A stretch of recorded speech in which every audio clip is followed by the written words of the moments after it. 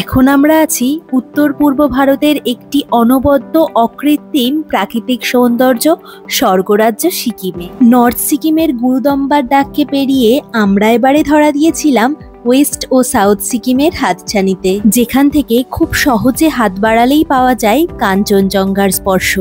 এবারের ট্রিপটা ছিল একটা গ্রুপ ট্রিপ। আমাদের জার্নিটা শুরু হয়েছিল দমদম মেট্রো স্টেশন থেকে। দমদম মেট্রো স্টেশন থেকে এসপ্ল্যানেড হয়ে হাওড়া মেট্রোর মাধ্যমে আমরা পৌঁছেছিলাম হাওড়া স্টেশনে, কারণ এই সুযোগেই প্রথমবারের জন্য গঙ্গার নিচ দিয়ে মেট্রো চড়ার এক্সপিরিয়েন্সটাও একদমই ছাড়িনি, যার ফলে খুব সহজে মাত্র পার হেড 25 টাকাতে আমরা দমদম থেকে হাওড়া স্টেশন পৌঁছে গিয়েছিলাম। এখন আমরা আছি হাওড়া স্টেশনে।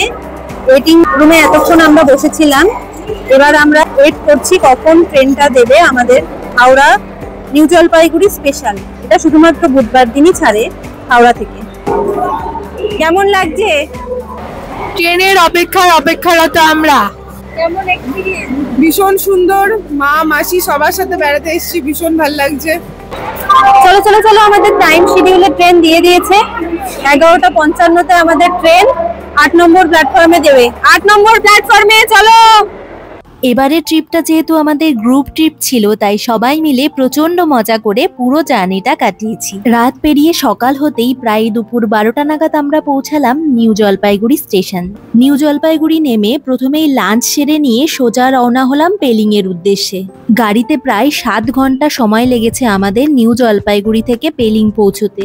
2 নাইট 2 ডেজ আমরা স্টে করেছি আপার পেলিং এর এই হোটেলটিতে, যেখানে আমরা অনেক দিন আগে থেকেই বুকিং করে রেখেছিলাম, কারণ সামার সিজনে বিশেষত আপার পেলিং এ আগে থেকে বুকিং করিয়ে না রাখলে রুম একদমই অ্যাভেলেবেল পাওয়া যায় না রিজনেবল প্রাইসে। এই যে আমরা পৌঁছে গেছি হোটেলে, হোটেল হাংরি রিট্রিট। এটা হচ্ছে আমাদের রুম। এটা একটা স্ট্যান্ডার্ড রুম। এটার ভাড়া আমাদের পড়েছে 1800 টাকা পার নাইট। এই যে এদিকে বেডের সাথে সাথে এখানে একটা টেবিল, 2টো চেয়ার আছে বসার জন্য। এখানে একটা জানলা আছে। রাত্রিবেলা এসছি বলে বাইরেটা আমরা দেখতে পাচ্ছি না, কালকে সকালে দেখবো। এটা ভিউ রুম। আর এখানে ব্যালকনি আছে। দেখা যাক কালকে সকালে সৌভাগ্য হয় কিনা কাঞ্চনজঙ্ঘা দেখতে পাওয়ার। নিট অ্যান্ড ক্লিন, পরিষ্কার পরিচ্ছন্ন টয়লেট। আমরা বাড়ি থেকে বেরিয়েছি কাল সন্ধ্যে 6:30টায়। এখন অলরেডি 9:30 বাজে। অলরেডি 27 ঘন্টা জার্নির পর আমরা অ্যাটলিস্ট এসে পৌঁছেছি পেলিং এ, আপার পেলিং এ। তো ভীষণ টায়ার্ড। এখন ফ্রেশ হবো ফার্স্টে, তারপর রেস্ট নেবো, তারপর কালকে সকাল থেকে শুরু হবে ঘোরাঘুরি। ওকে।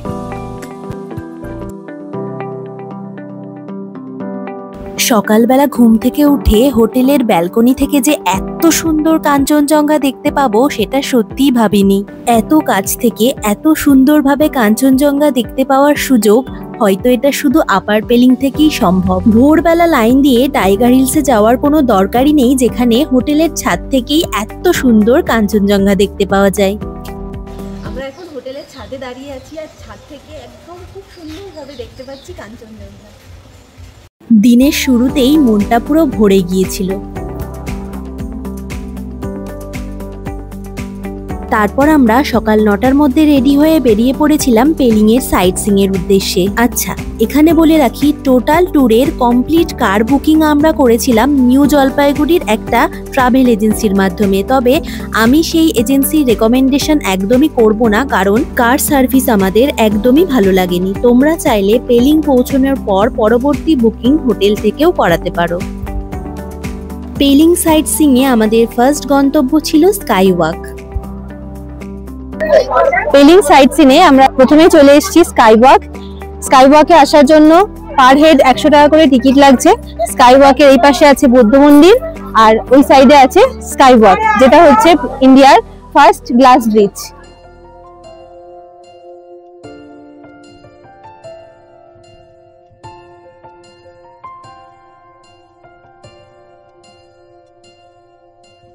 জল ছবি, রং মশাল, স্কুল ছুটির হজমিরা, রূপকথার পায়রাদের গল্প বল।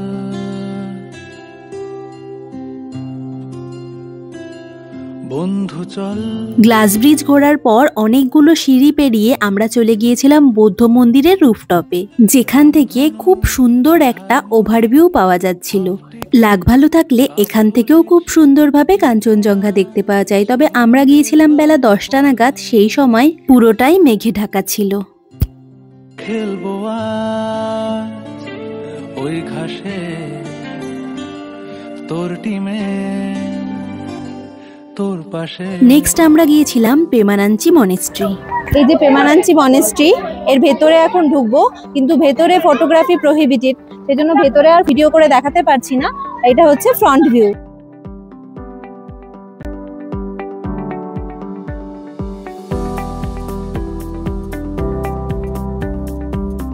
পেমানাঞ্চি মনেস্ট্রি থেকেই আমরা দেখতে পেয়েছিলাম আরো একটি দর্শনীয় স্থান, রাবদেনসি রুইন্স। এটি আসলে একটি হিস্টোরিক্যাল প্লেস, যেটা এককালে সিকিমের দ্বিতীয় রাজধানী শহর ছিল। সেনাবাহিনীর আক্রমণের ফলে এখন কেবলমাত্র ধ্বংসাবশেষই দেখতে পাওয়া যায়। দেন নেক্সট ভিউ পয়েন্ট, আমরা এখন আছি রিম্বি ওয়াটারফলস এর সামনে।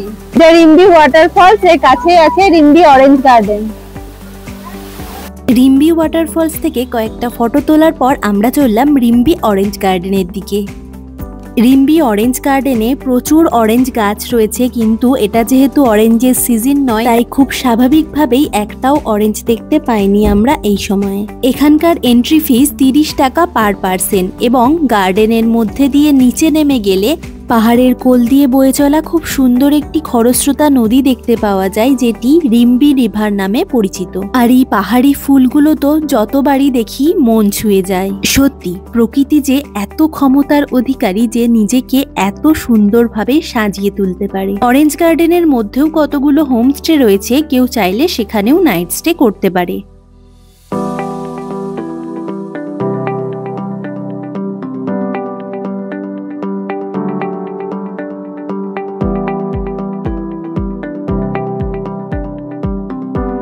আমাদের নেক্সট ডেস্টিনেশন ছিল খেচুপেরি লেক। এখানকার টিকিট ফেয়ারও 30 টাকা পার পার্সন। এন্ট্রি গেট থেকে একটু এগোলেই একটা ছোট পন্ড আছে, যেখানে প্রচুর মাছ দেখতে পাওয়া যায়। তবে এই পন্ডটাকে কেউ লেক ভেবে ভুল করবে না। লেকটিতে যাওয়ার জন্য পাহাড়ের পাশ দিয়ে বয়ে চলা ছোট্ট রাস্তাটি ধরে আরো কিছুক্ষণ এগিয়ে যেতে হবে, এবং স্থানীয় লোকেরা এই লেকটিকে খুবই পবিত্র বলে মনে করে। তবে চলো দেখে নেওয়া যাক।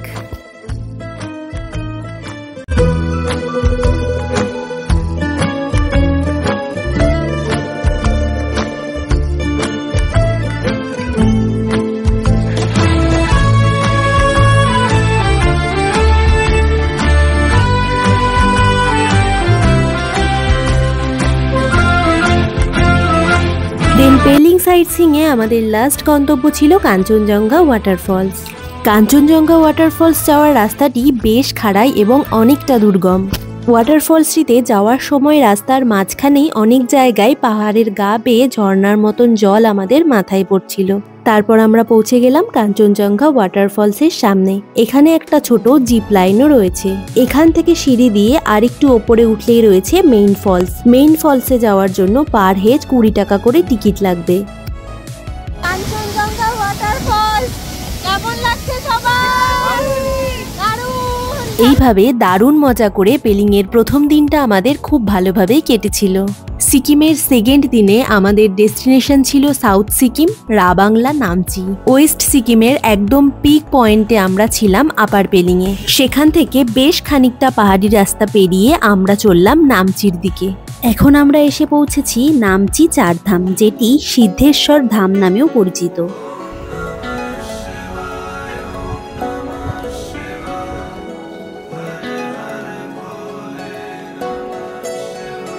ओम नमः शिवाय, ओम नमः शिवाय, हर हर भोले नमः शिवाय, नमः शिवाय।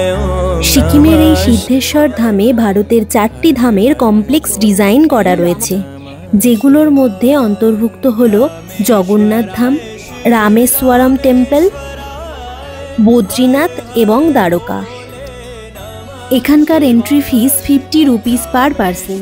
মন্দিরটি সকাল 9টা থেকে সন্ধ্যা 7টা পর্যন্ত খোলা থাকে, তবে কেবলমাত্র দুপুর 12টা থেকে 12:30 পর্যন্ত টিকিট কাউন্টার বন্ধ থাকে। নামচি চারধামের সৌন্দর্য সত্যিই মনোমুগ্ধকর। এখানে গিয়ে গোটা একটা দিন খুব ভালোভাবেই কাটিয়ে দেওয়া যায়, তবে যেহেতু আমাদের হাতে সময় কম ছিল, এরপরেও তেমিটি গার্ডেন এবং রা বাংলা ঘুরে আমাদের গ্যাংটক যাওয়ার প্ল্যানিং ছিল, তাই জন্য মন না চাইলেও আমাদের ঘন্টাখানেক পর এখান থেকে বেরিয়ে যেতে হলো। আমি রেকমেন্ড করব পেলিং ভ্রমণে অবশ্যই সবাই নামচি চারধাম ইনক্লুড করবেই, কারণ এত দূরে এসে এত সুন্দর ধাম দর্শন না করে কখনোই ফেরা যায় না। আমাদের নেক্সট ডেস্টিনেশন ছিল তেমি টি গার্ডেন, যেটা হলো সিকিমের সবচেয়ে বড় টি গার্ডেন। এখানকার এন্ট্রি ফিস ছিল 40 রুপিস পার পারসন। আর চা বাগানের প্রতি তো বাঙালিদের সবসময় একটু বেশি আকর্ষণ থাকে।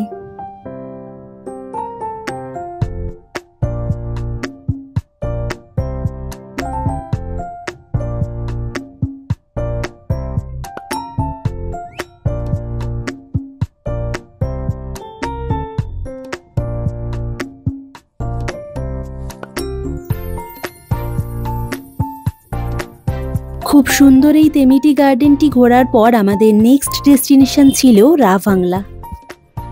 এখানকার ticket fair 80 rupees per person, তবে স্টুডেন্টদের জন্য এক্সট্রা ডিসকাউন্ট ছিল, তাই স্টুডেন্টরা এলে অবশ্যই স্টুডেন্ট আইডিটা সাথে রাখবে। পাহাড়ের কোলে গড়ে ওঠা রা বাংলার এই বুদ্ধা টেম্পলটি একটা বিশাল এরিয়া জুড়ে অবস্থিত। সিকিমে এসে এখনো পর্যন্ত যতগুলো মনেস্ট্রি দেখেছি তার মধ্যে এটি সবচেয়ে বড়। মেইন মন্দিরে যাওয়ার জন্য অনেকগুলো সিঁড়ি পেরিয়ে পৌঁছতে হবে এবং ওখানে বৌদ্ধ ধর্মের সমস্ত ধর্মানুবাদ করা রয়েছে এবং একটি মিউজিয়ামও রয়েছে। আমরা যেহেতু বিকেল টাইমটাতে গিয়েছিলাম তাই জন্য তখন সেখানে প্রেয়ার হচ্ছিল, যদিও আমাদের জানা নেই বুদ্ধিস্ট প্রেয়ার দিনে কতবার হয়। তবে এখানে কিছুটা দূরে দূরেই গৌতম বুদ্ধের বাণী লিপির কয়েকটা পোস্টার লাগানো ছিল, যেগুলো দেখে মনটা সত্যি শান্ত হয়ে যাচ্ছিল। এখন আমরা এসেছি রা বাংলা বুদ্ধ পার্ক। বুদ্ধ পার্ক থেকে অনেকটা ডিস্টেন্স হেঁটে গিয়ে বুদ্ধ মন্দিরে প্রবেশ করতে হবে। আমরা এখন এগিয়ে যাব বুদ্ধ মন্দিরের দিকে।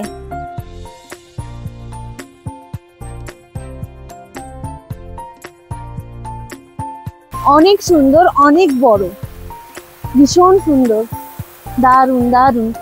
আমরা এখানে দুদিনে গোটা ওয়েস্ট এবং সাউথ সিকিম কভার আপ করেছি। দুদিনে সমস্ত বড় পয়েন্টগুলোই আমরা ঘুরতে পেরেছি। কেবলমাত্র সিংশোর ব্রিজে আমাদের যাওয়া হয়, কারণ সেখানে মেইনটেনেন্সের কাজ চলছিল। এই ছিল আমাদের গোটা ওয়েস্ট এবং সাউথ সিকিম ভ্রমণের কাহিনী। পেলিং রা বাংলা নামচি ঘুরে আমাদের গোটা টিমের ভীষণ ভালো লেগেছে। তোমরা যারা পেলিং রা বাংলা নামচি ভ্রমণের প্ল্যানিং এ রয়েছো, আশা করছি ভিডিওটা তাদের জন্য কিছুটা হলেও কাজে লাগবে। ভালো লাগলে লাইক, শেয়ার, কমেন্ট করে অবশ্যই চ্যানেলটা সাবস্ক্রাইব করো। ওকে, বাই বাই।